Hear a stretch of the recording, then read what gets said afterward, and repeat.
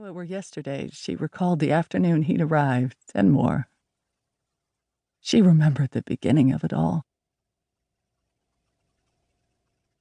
Chapter 1. In the skies above North Texas, Sunday, March 9th, 1941. It had been dubbed the Dance of Death. The aerial stunt was Jessie Lovelace's favorite because of the precision required to align the double wings of the Jenny so that they overlapped and hovered between those of the biplane flying alongside hers. It demanded a great deal of trust in the other pilot's skill as they both cruised over the airdrome in tandem at a predetermined altitude and speed.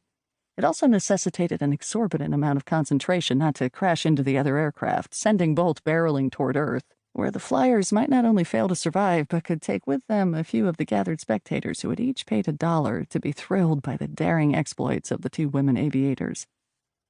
Focusing on the task made it impossible to drift into thoughts regarding the men in her life who had recently betrayed her.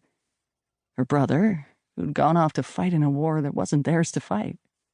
"It will be," he'd said. "Eventually Hitler will come for us, especially if England falls." Their father, who died unexpectedly in his sleep 3 days after Christmas. He hadn't left any instructions or made any arrangements regarding his half of the flight school he'd established with his brother following their return home after flying planes for the Army during the last war with Germany.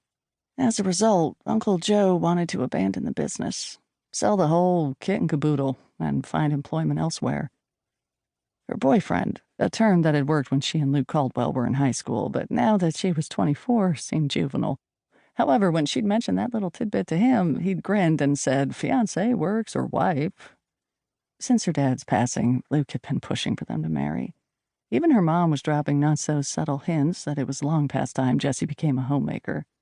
Try as she might, however, Jessie couldn't envision finding satisfaction in the before-sunup to after-sundown life of a rancher's wife. The truth was, she resented her brother for finding a way out of Terrence. Resented even more that his flight skills had made his escape possible.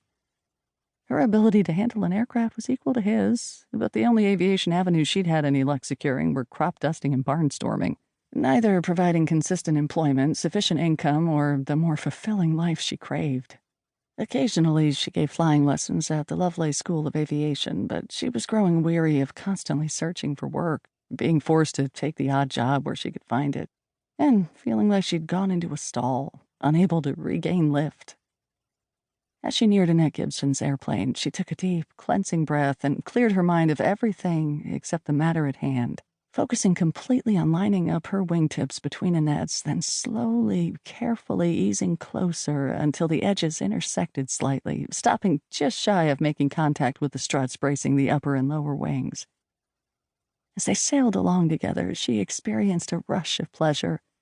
She might not always be in control of her life, but she was in control of this baby, her father's Curtiss Jenny, which she'd purchased nearly 20 years earlier as the start to his business. After passing over the crowd, she and Annette peeled away from each other, going into a ballet of loops and rolls. Then another dash over the gathering, coming in so low that people ducked, even though they were in no danger of being hit by the wheels. Annette carried on to land, but Jessie wasn't quite done yet. She considered being a daredevil in the sky to be an art form, taking a wide blue canvas and painting images over it that those who viewed the creation, no matter how briefly, would never forget.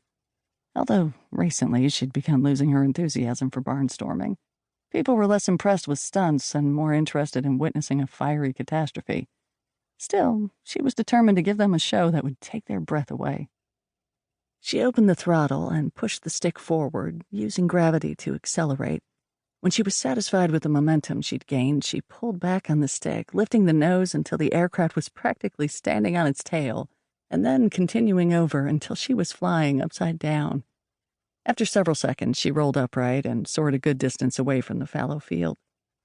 Banking wide and heading back, she determined she'd allowed plenty of room for landing. The Jenny wasn't without its design flaws, one of them being its absence of brakes. Once her wheels touched the ground, she reduced the throttle and taxied toward her destination. When she was close enough, she cut off the mixture control to stop the engine, coasted to a stop, and shut off the mags.